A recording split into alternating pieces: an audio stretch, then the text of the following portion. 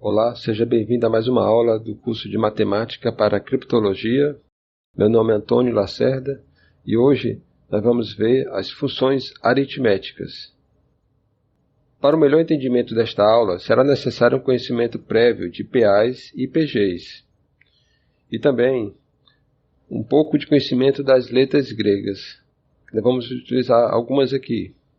Para quem nunca ouviu falar disso, eu vou mostrar aqui com o mouse. Nós temos, primeiro, a letra alfa, que é equivalente ao nosso A, a letra beta, que é equivalente ao nosso B, a letra gama, que é equivalente ao nosso G, a letra delta, que é equivalente ao nosso D, a letra epsilon, que é equivalente ao nosso E, a letra zeta, que é equivalente ao nosso Z, a letra eta, que é equivalente ao nosso I, a letra theta, que é equivalente ao TH do inglês, a letra iota, que é equivalente ao nosso I, a letra kappa, que é equivalente ao nosso K, a letra lambda, que é equivalente ao nosso L, a letra Mi, que é equivalente ao nosso M, a letra Ni, que é equivalente ao nosso N, a letra Xi, que é equivalente ao som de KS, a letra Ômicron, que é equivalente ao nosso O, a letra Pi, que é equivalente ao nosso P, a letra Rho, que é equivalente ao nosso R, as letras sigma, que tem duas formas, uma no meio e outra no final da palavra, que é equivalente ao nosso S, a letra tau, que é equivalente ao nosso T, a letra Y, que é equivalente ao nosso I, a letra Φ, que é equivalente ao nosso F, essa letra aqui, vamos dizer assim, que é o X, é o som mais difícil de pronunciar em grego, não tem equivalente em outros idiomas, assim, pelo menos que eu conheço. Aqui a letra Psi, que é equivalente a um P e um S juntos, e a letra ômega, que é equivalente ao nosso O. Então vamos lá. Uma função dos naturais nos reais é chamada de função aritmética se expressar uma propriedade dos números naturais. Ou seja, não basta ser simplesmente dos naturais para os reais. Ela deve necessariamente expressar uma propriedade dos números naturais. Vou explicar. Essa função que eu acabei de criar, essa função meio maluca, ela é dos naturais nos reais. Porém, ela não expressa nenhuma propriedade dos números naturais. Pelo menos eu não consigo ver nenhuma propriedade dessa função. Então, ela é uma função normal, simplesmente dos naturais aos reais. Ela não é uma função aritmética. As funções aritméticas mais básicas que nós vamos ver nesse nosso curso, e que também será necessário em outros cursos futuros, serão essas três aqui, a função tau de n, a sigma de n e a φ de n. Vamos começar com a função tau. Ela é definida como a quantidade de divisores positivos de n. Em notação matemática, você pode encontrar essas duas formas aqui. Então, a função tau de n é, na verdade, a cardinalidade do conjunto dos divisores. Ou na forma aqui de somatório, que você usa um sigma maiúsculo. Então, você adiciona 1 toda vez que o d dividir o n. É isso que ele está mostrando aqui. Então, vamos dar um exemplo. Divisores de 8. Muito fácil de encontrar esse conjunto. Contém os elementos 1, 2, 4 e 8. Então, qual é a função tau de 8? É só contar e é simplesmente 4. Só contar, é a cardinalidade. Vamos ver agora a próxima função, a função sigma. Ela é definida como a soma dos divisores positivos de n. Em notação matemática, você pode encontrar assim. Ou seja, você soma o d toda vez que o d dividir n. Vamos exemplificar. Já vimos esse exemplo. Os divisores de 8 contendo os elementos 1, 2, 4 e 8. Já sabemos que o tau de 8 é 4. Agora vamos encontrar o sigma de 8. Qual vai ser o sigma de 8? É só somar. 1 mais 2 mais 4 mais 8, que dá 15. Simples assim. Outro exemplo, divisores de 12. A função tal de 12, então qual é? É só contar. Quantos divisores tem? 6. Então, tal de 12 é 6. E qual vai ser o valor de sigma de 12? Vamos somar os elementos desse conjunto e vamos encontrar 28. Outro exemplo, divisores de 13. Só tem dois elementos, 1 e o 13. Então, o tal de 13 é quanto? 2. E o sigma de 13, só somar 1 mais 13, que dá 14. Agora vem a pergunta, é possível calcular os valores de tal de n e sigma de n sem listar os elementos de d de n, ou seja, sem encontrar os divisores? Porque encontrar os divisores é bem chatinho. Quando o número aumenta, fica bem complicado. Então, a resposta é sim, é possível encontrar o tal de n, sigma de n, apenas com n, mas para isso nós vamos ter que fatorar. Então, os exemplos mais simples são os números primos. Vamos pegar os divisores de número primo p qualquer. Simples, só tem dois divisores, o 1 e o p. Então, o tal de p é 2, sempre será 2. Aí o sigma de p será sempre 1 mais o p. E aqui eu tenho um exemplo dos 10 primeiros números primos. Então é possível ver que o tal de p será sempre 2, porque são todos números primos. E o sigma de p é só somar 1 mais p. Sigma de 2, 3. Sigma de 3, 4. Sigma de 5, 6. E assim por diante. Até aqui no final, sigma de 29 é 30. Vamos aumentar agora a dificuldade. Depois vem as potências de números primos. Os divisores de potência de primo também são fáceis de encontrar. É só você pegar o p e elevar desde a potência, desde o expoente 0 até o expoente k. Então, será p elevado a 0, p elevado a 1, p elevado a 2, até p elevado a k. Bom, então o tal de p elevado a k é k mais 1. Guarda bem isso aqui. Tal de uma potência de primo, é só pegar o expoente e somar com 1. E o sigma de uma potência de primo, aí nós temos uma PG, de razão P, começando com o primeiro termo da progressão igual a 1. Ora, usando aquela formulazinha lá de PG, nós encontramos que a soma dos elementos da PG dá isso aqui. P elevado a k mais 1, menos 1, sobre P menos 1.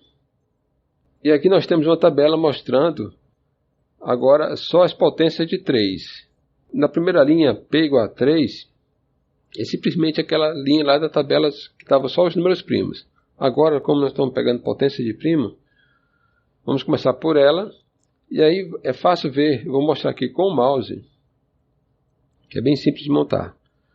Você vai pegar esse valor aqui e vai somar com o da linha de baixo. Então, o sigma de 9, que é 3 ao quadrado, vai ser 9 mais 4, que dá 13. O sigma de 3 elevado a 3, ou seja, sigma de 27, é igual a 27 mais 13, que dá 40. O sigma de 81, que é 3 elevado a 4, será o quê? 81 mais o número que nós encontramos antes, 40, então 81 mais 40 dá 121. E assim sucessivamente. Tá? Vamos lá. Como calcular os valores de tal de n e sigma de n para um n qualquer? Nós já vimos primos e potência de primo. Agora, com esse conhecimento, nós vamos encontrar para qualquer número inteiro n. Mas antes, vamos precisar entender uns conceitos básicos. Existem as funções completamente multiplicativas. O que são isso? São funções aritméticas que possuem a seguinte propriedade. A função do produto é o produto das funções. Para qualquer valor de n e m aqui que eu estou mostrando. Ok? Não há nenhuma restrição sobre n e m. Você simplesmente multiplica f de n vezes f de m. Mas também existem as funções que são apenas multiplicativas. Aquelas ali que eu apresentei antes, elas eram completamente multiplicativas. Aqui não. Aqui existe uma restrição. As funções aritméticas são aquelas que possuem a seguinte propriedade. A função do produto é o produto das funções somente se os números n e m forem coprimos. Só nessa situação. Então, há uma restrição. Para entender melhor, vamos dar um exemplo. Nas funções completamente multiplicativas, nós podemos fazer, por exemplo, f de 36 pode ser f de 2 vezes f de 18, porque 2 vezes 18 é 36. Podemos também fazer f de 4 vezes f de 9, ou f de 6 vezes f de 6, f de 3 vezes f de 12. Tudo isso é possível nas funções completamente multiplicativas.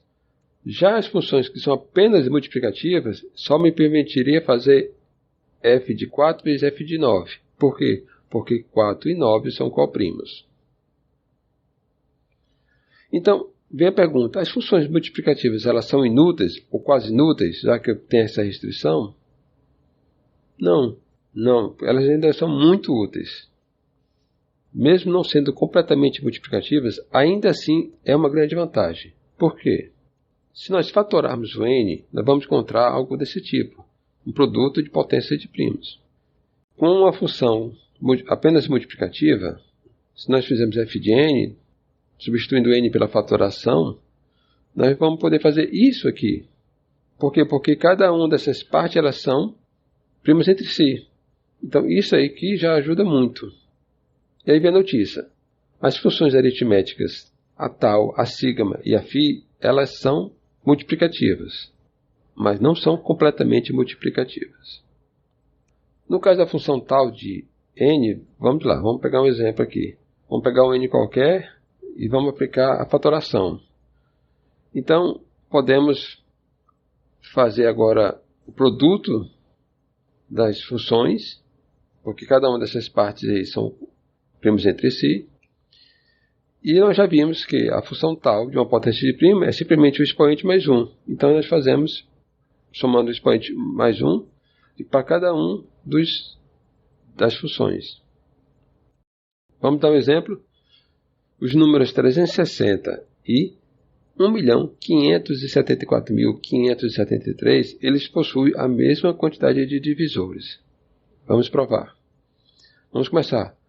Nós temos aqui o tal de 360 e o tal de 1.574.573. Quando nós fatoramos, nós percebemos que os primos são diferentes. Em cima nós temos os primos 2, 3 e 5 e embaixo nós temos 7, 11 e 13. Os primos são totalmente diferentes, mas os expoentes você pode conferir que eles são iguais. Eles têm 3, 2 e 1. Aí eu destaquei em vermelho. Você vai ver que são apenas os expoentes. E aí, fazendo o tal, para cada uma dessas potências de primos, nós já vimos que potência de primo tal é simplesmente o expoente mais 1.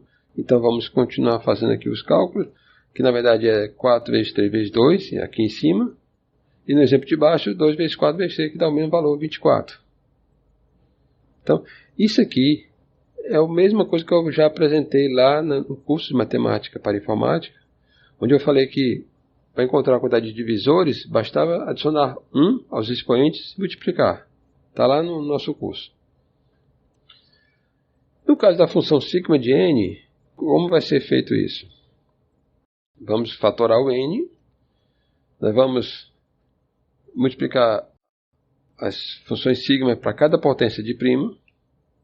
Aí aplicamos a fórmula que nós já vimos no slide anterior. Então vamos lá. Vamos dar um exemplo. Vamos fazer o sigma de 360. Fatora 360. Então aplica o sigma para cada uma das potências de primos. Nós podemos aplicar aqui, no primeiro caso, o sigma de 2 ao cubo é uma potência de primo. Utilizamos a fórmula de lá da soma dos termos da PG. 3 ao quadrado também. Agora, no caso do primo igual a 5, o expoente dele é 1. Então, na verdade, ele é 1 o sigma de um número normal, então é só somar o P mais 1, que seria o caso aqui 5 mais 1. Continuando os cálculos aqui, nós encontramos 1170. Então, o sigma de 360 é 1170. Agora vamos para a função totiente, ou também chamada função phi de Euler. Ela não é muito intuitiva, então, à primeira vista, os alunos acham meio inútil essa função, mas você vai ver que depois que para a criptografia ela é muito importante. Então, a função φ, ela diz a quantidade de números positivos não nulos menores que n e coprimos com n. As condições são estas. Para você ser computado pela função, o número tem que ser menor do que n e tem que ser coprimo com n. Uma outra forma de escrever a função φ de n é também assim, mas essa aqui já é uma notação de aritmética modular que nós vamos ver em algumas semanas.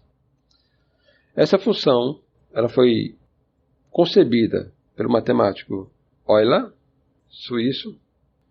O símbolo da função foi criado por Gauss e o nome função totiente foi dado por o matemático inglês Sylvester. Então, vamos lá. Quando n é um primo, então o φ do primo é p menos 1. Ou seja, todos os números abaixo de p, menos ele mesmo. Quando n é uma potência de primo, nós temos essas duas formas de encontrar a função totiente. E elas são equivalentes, vão dar o mesmo resultado. Então vamos lá. Quando n é um número qualquer, como a função φ de n é multiplicativa, então podemos aplicar para cada potência de primo. E aplicando aquela fórmula que nós vimos no slide anterior, então vamos desenvolvendo aqui até chegar a essa fórmula aqui, que eu vou até destacar em vermelho. Então, essa é a função φ de um número n qualquer. Então, vamos dar um exemplo aqui calculando o φ de 360. Quando nós fatoramos 360, nós encontramos essa fatoração, 2 ao cubo, vezes 3 ao quadrado, vezes 5 elevado a 1. Então, aplicando a fórmula, seria o quê? 360, repete o número e multiplica por 1 menos o inverso de 2, 1 menos o inverso de 3 e 1 menos o inverso de 5. E aí, fazendo essas contas, são fáceis, nós chegamos ao valor 96. Então, φ de 360 é igual a 96, ou seja, o número 360 tem 96 números embaixo dele que são coprimos com ele. E quando n é um semiprimo? O φ de p vezes q, que é um número semiprimo, quando p é diferente de q, então fica φ de p vezes o φ de q, que é p menos 1 vezes q menos 1. E por que eu destaquei isso aqui? Porque isso aqui será muito útil para nós entender o nosso primeiro algoritmo de criptografia. Esse slide aqui será revisitado no futuro. Agora vamos ver aqui a função totiente aplicada aos 10 primeiros números semiprimos, com p diferente de q. Então, o 6 é 2 vezes 3, é um semiprimo com p e q diferente, e o φ de 6 é 2. O 10 é também um semiprimo com p diferente de q, 2 vezes 5 dá 10, e o φ de 10 é 4. 14 é um semiprimo com p e q diferentes, 2 vezes 7, e aplicando o φ de 14, nós encontramos 6 e assim sucessivamente. E é isso. Muito obrigado por assistir o vídeo até aqui e até a próxima aula.